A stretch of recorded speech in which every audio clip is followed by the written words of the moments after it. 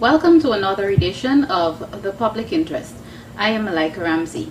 Now today we'll be discussing Guyana's cultural diversity, or I should say what should be Guyana's cultural diversity, and of course racial diversity too, and racial harmony. With me again is the leader of the opposition, Brigadier the Honorable David Granger. Welcome, sir. Thank you, Mike.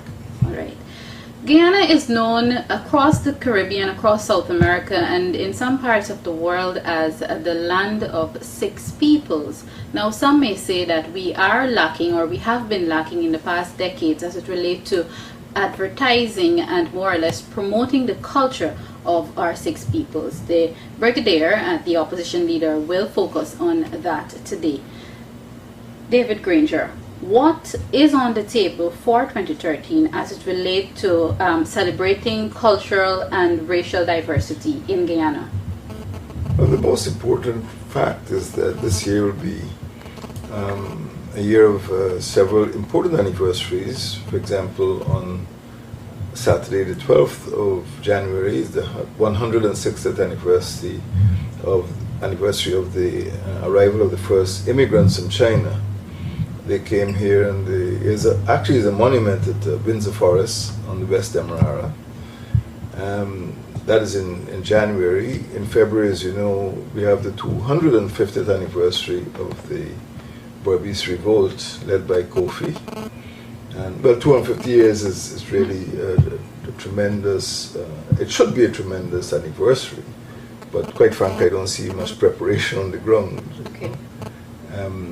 In May, as you know, there's an Indian arrival, and this will be the 175th anniversary. And in August as well, it'll be the 175th anniversary of African emancipation. And in August as well, there's going to be the 190th anniversary of the 1823 revolt, the Demerara Revolt, which started in the plantations at Success. And there was a massacre at Bachelor's Adventure where 200 people were killed. So in fact, from the point of view of sheer history and heritage, there is quite a lot to celebrate this year. Now, we have had experience with the People's Progressive Party Civic Administration in which they almost completely ignored some important events. For example, the International Year for People of African Descent and the International Year for Youth. These should have been occasions when the target audiences would have been the subject of some celebration, printing of postage stamps, brochures, museum visits, and that type of thing. But as yet, we're not seeing that activity. I don't feel anything in the air. For example, for February, for the 250th anniversary of the Berbice Revolt, or the 190th anniversary of the Demerara Revolt, or even the 175th anniversary of the arrival of Indians. Like you, I'm wondering what is in store for the Guyanese public in 2013. We need to look at that. They're all commemorative, but I wish I could have told you that something is stirring, but nothing seems to be stirring. Okay. I don't want to, I'm not going to attempt to diminish the significance of the dates that you would have mentioned, but the public may want to say, and the fact is we have more young people in society than we do have older folks.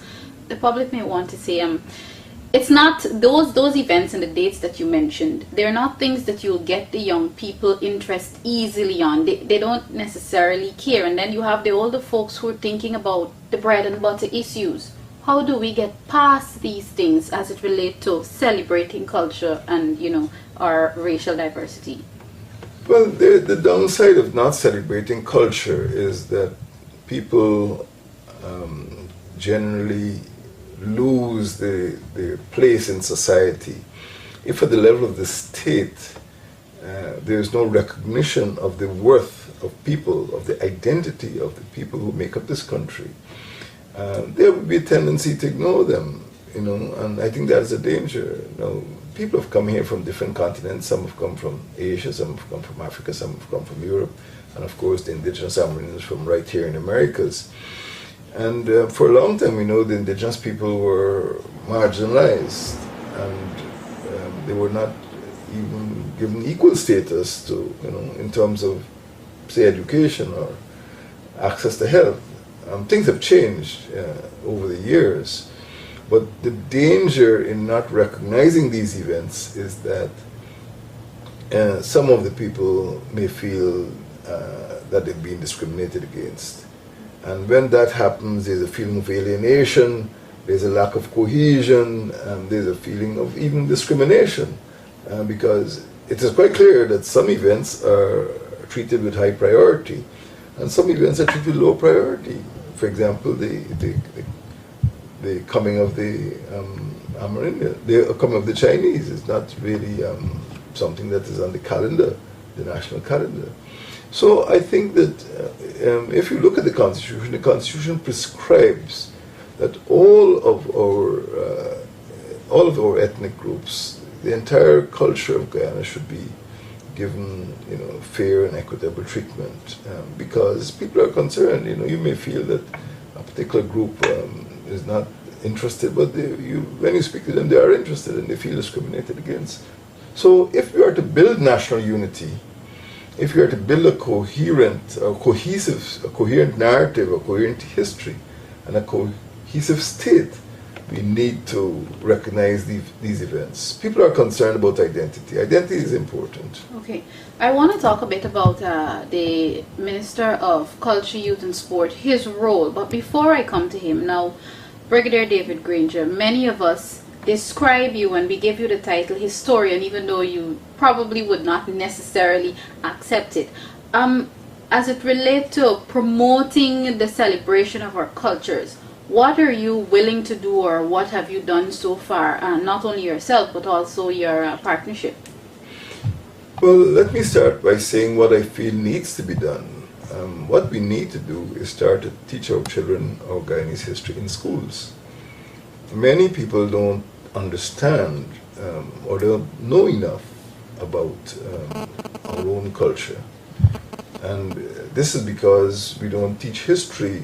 I myself have taught history at the University of Guyana, and it was quite clear that some of the students who were coming into the class had never been exposed to the essentials of Guyanese history. And they were already adults, they were already doing university courses. I think there are some things called social studies at school, and then people do West Indian and Caribbean history when they go to CXC level. But there's really no core of Guyanese history. And I think that is a deficiency, because we hear things now about the 1823 monument. People are surprised to know that 200 Africans were killed at Bachelor's Adventure on one morning in August in 1823. And you may say, well, so what? I mean, it happened 190 years ago, but it is very important because what happened then was the result of certain attitudes to those people, and it could be that those attitudes have not been entirely erased. I would say that is the greatest deficiency, the lack of knowledge. We see monuments all around the place, but what is the significance of the monument? Is there any significance in the 1966 monument, the Independence Monument in Brickdam? Is there any significance in having Hubert Critchlow's monument in the compound of the National Assembly? Is there any significance in naming a school Cyril Potter College, or Yarborough's College of Art, or the Critchlow Labour College? What is the significance of this? We are surrounded by history. But I think these elements, even for young people, give us a sense of identity, give us a sense of our uniqueness. It makes us different from the people in Anguilla. And it gives us a sense of pride that, hey, I want to build my country, I love my country. This is the land of my forefathers. This is the land of where my parents grew up. This is a rich land, a beautiful land.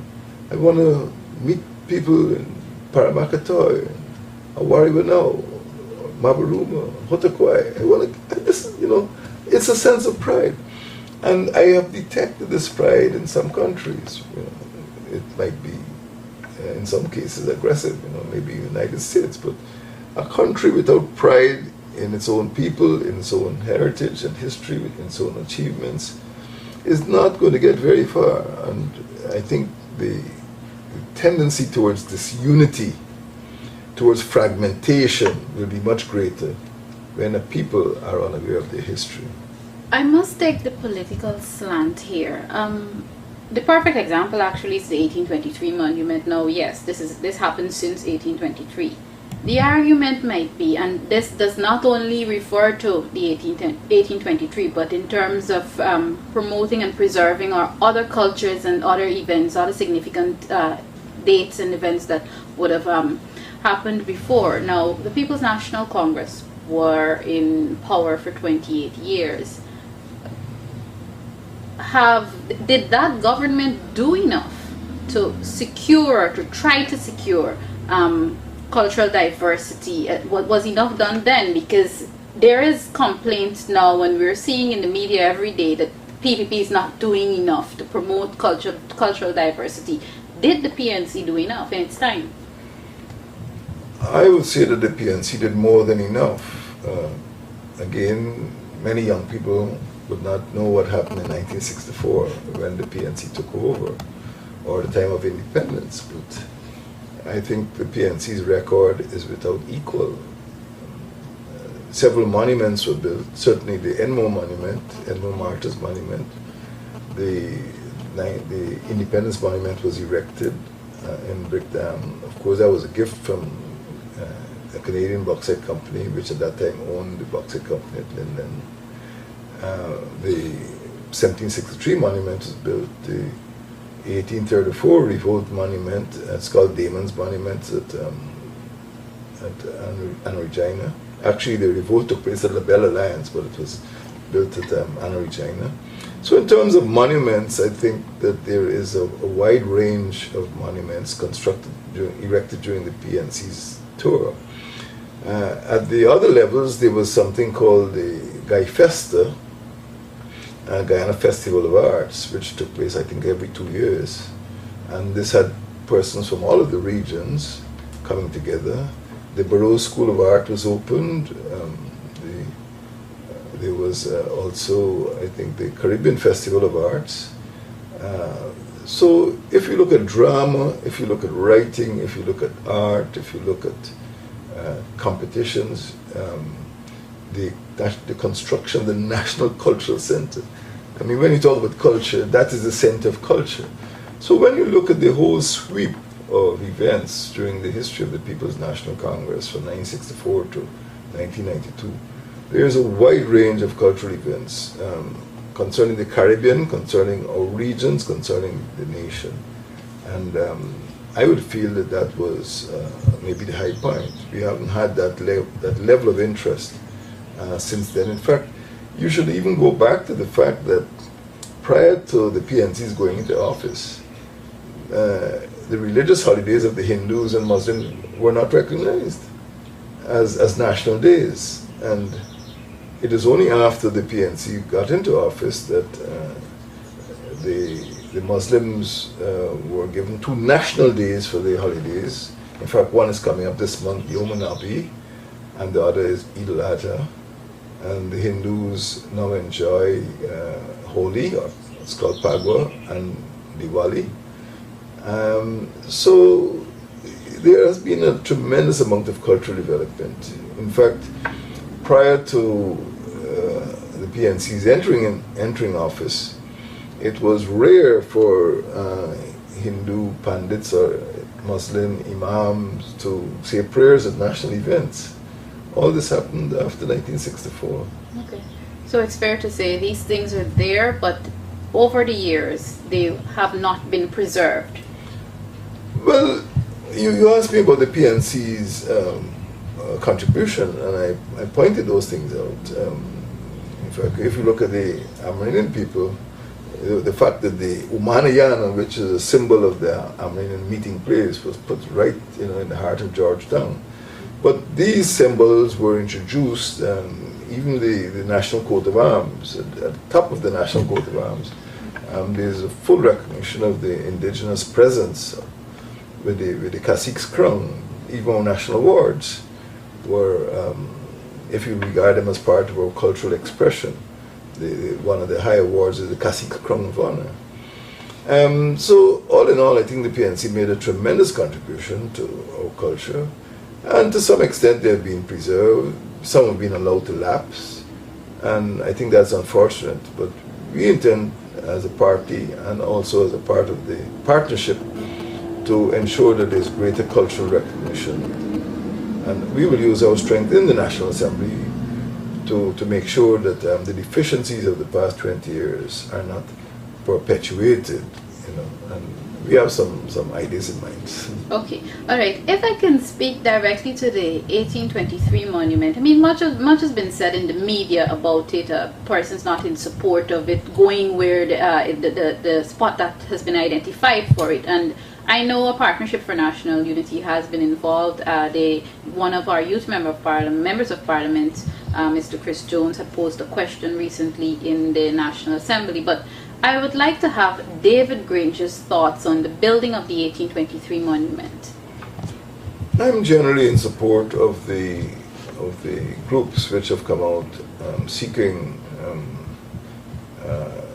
the construction of a monument at a site other than Carifest Avenue. Now, there are technical arguments, there are political arguments, and there are historical arguments.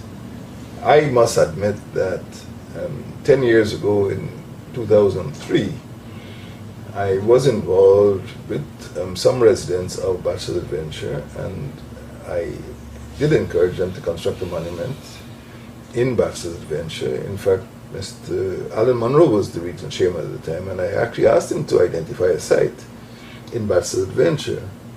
And if you go to Bachelor's Adventure now, you'll see a monument, an 1823 monument, and I did present a drawing of a scene from the 1823 revolt, which I would like to believe is still hanging in the community center at Bachelor's Adventure. Now, there's now a lobby seeking to have the monument erected on the parade ground. Well, it's called Independence Park. It used to be called Militia Parade Ground. That is when the militia was the main military force in Guyana years ago. But it was renamed Independence Park. But people still call it Parade Ground. I have met with the group lobbying for support of that construction. But I'm also aware of the arguments of the artist himself. The artist has been maligned for making some recommendations, but if people spoke with him, they'd find out why he gave that recommendation. For example, the 1834 monument, it's called Damon's Monument, is located at Anna Regina, but the revolt didn't take place at Anna Regina, it took place at La Belle Alliance. Similarly, the 1763 monument is located in Georgetown. It did not located at Lilienberg on the Berbice River. So we need to speak to each other. We need to have dialogue, and we need to understand, the perspectives which other people bring. But I support the lobby, and what I do not want is for the state to intrude and make decisions without discussion with the people who are most affected. And in this case, I would say that we have not had a dialogue before reaching this position, and that is why there is this confusion at present. I think this is the perfect point to bring in Dr. Frank Anthony's role as the minister responsible for culture. Yes, again, apparently this is another instance whereby the opposition was not consulted as is regard to doing something that involves our entire nation. Is Dr. Frank, because we had these issues before as it relate to youth, not having a national youth policy, is it too much for Dr. Frank Anthony to do what he should be doing in his position, or I should ask, in your opinion, is he doing what he should be doing as it relates to culture? Well, I don't want to personalize the issue. I think the People's Progressive Party civic administration generally does not have a clear vision of culture, youth, and sport. For example, there's no national cultural policy. And in a country as complex as Guyana, I think that's an error. There must be some policy so that groups, all of us can't be majority. Most of the groups in the country are minorities. And we must have a policy to make sure that minorities don't feel marginalized. And there's no national cultural policy. I've never seen one under this administration, although there was clearly one under the previous administration. As far as youth policy is concerned, you know the story of that. Our MPs have been asking for a national youth policy to be promulgated. And as far as sport is concerned, now these three factors are interrelated, culture, youth, and sport, and there's no sport policy either. And that is responsible for the confusion about cricket and football. Almost every sport seems to have some crisis. Whether or not Frank Anthony is to blame, what I would say is that the People's Progressive Party Civic is not focusing enough on culture and culture, youth, and sport. Now, we do need a cultural policy, and we do need the minister responsible, who is Frank Anthony, to promulgate a policy. I do feel that there must be a more attention must be paid to the development of drama, development of poetry, development of writing, and certainly, there needs to be, a general policy on the observance of special days for the various ethnic groups and religious groups, and also for the erection of monuments and creating cultural spaces, museums, for example, galleries. For example, when I was in the Defense Force several years ago, we opened a museum, a military museum. The police have a police museum, and what I would like to see is that children coming out, even in school, primary schools particularly, should be encouraged to go to galleries and museums to see and understand the heritage of our people. But that is not really happening. I think the ministry is very passive, and the government itself is vacuous in terms of its cultural policy. And I don't think they realize it is harming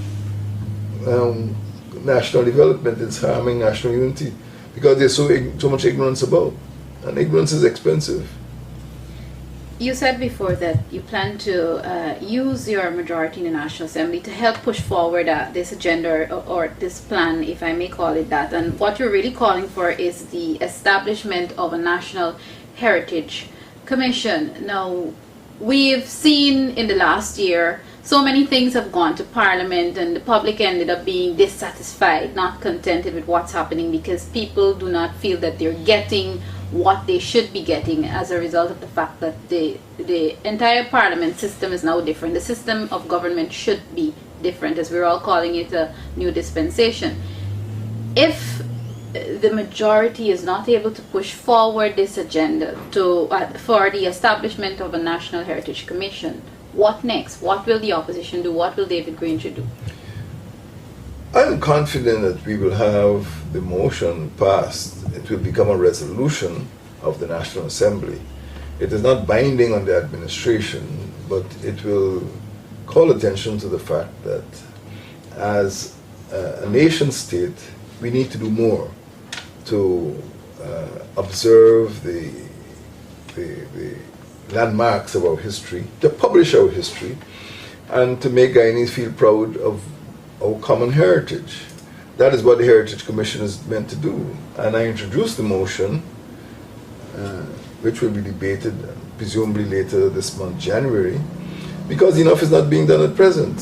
There's obviously a gap, there's obviously a policy vacuum, and people are just playing it by ear.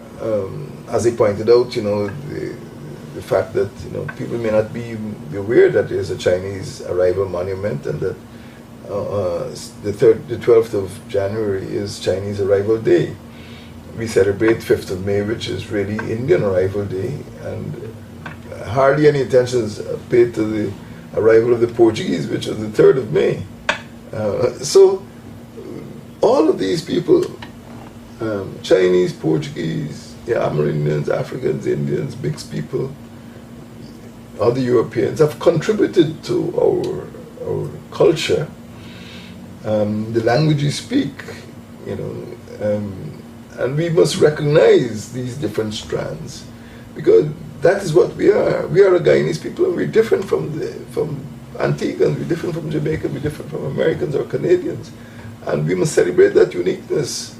When I speak Guyanese Creole, Guyanese might understand me, but I cannot attempt to explain to an Englishman, what my language means. If I say, how many words would it take me to explain to an Englishman what is subteeth or kotai or I pass? Now, I've seen lawyers, I've seen judges write about I pass in their judgments. Now, when an Englishman or Canadian sees, what is I pass? Now, I pass, I can tell you I pass, and you know what it means, but it would take me about 3 minutes to explain to a foreigner what is I pass. So I regard that as part of the Guyanese language, as part of my speech, as part of my culture. And this is what binds me to you and to other Guyanese, that we share something. We can speak about stelling. I speak to a Trinidadian about stelling. What's a stelling? What's a polder? They don't know these words, But these are Guyanese words, We can speak about warishi, or we can speak about other things, benab. And we know what a benab is. But that is part of our culture. All I'm saying is that we need to look at our culture because it is what binds us together. It is what makes us a special people. And what gives us that sense of unity, which is important for any other form of development, economic development, social development. That is why I pay so much attention to culture. Quite interesting indeed.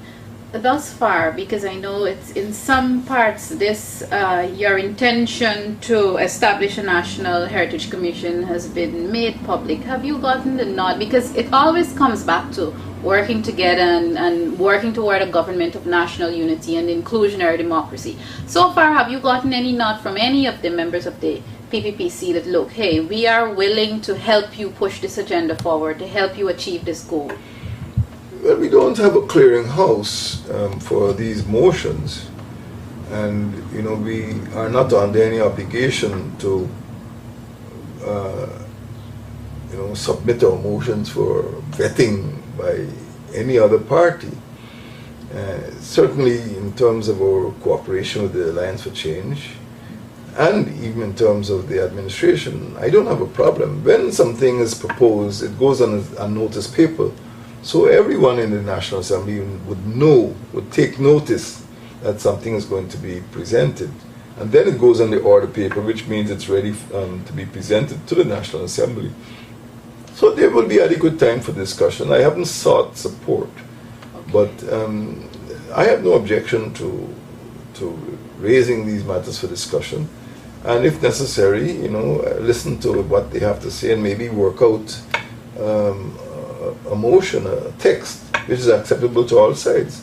That is the ultimate aim, to have something that's acceptable to the whole Guyanese nation, rather than have a unilateral position, which is only the point of view of one group. And I keep pressing ahead, whether I fail or succeed, it doesn't matter as long as I get.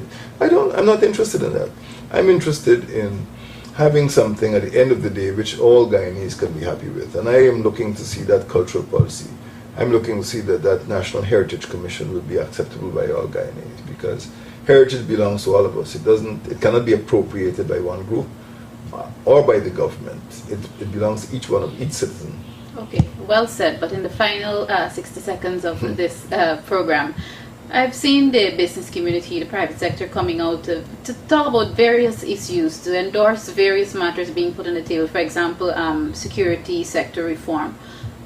What would the support of the business community mean as it relates to this very important issue?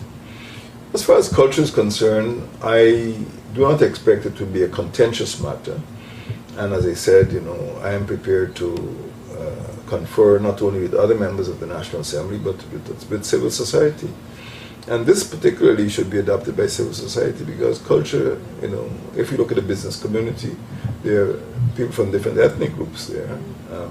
And I know they do a lot of work. If you look at the mining community, people may be doing a lot of work with indigenous people. So I don't believe it'll be contentious, and I am prepared to wait and discuss if they want deeper discussion to understand what our thinking is. At the end of the day, I would like to see Guyanese people more proud of their heritage. I'd like to see Guyana more united as a nation state. Thank you very much, Brigadier the Honorable David Granger, Opposition Leader. Viewers, thank you very much for tuning in. This has been another edition of The Public Interest, and we were discussing celebrating cultural diversity. Until next time, I am Malika Ramsey. Goodbye.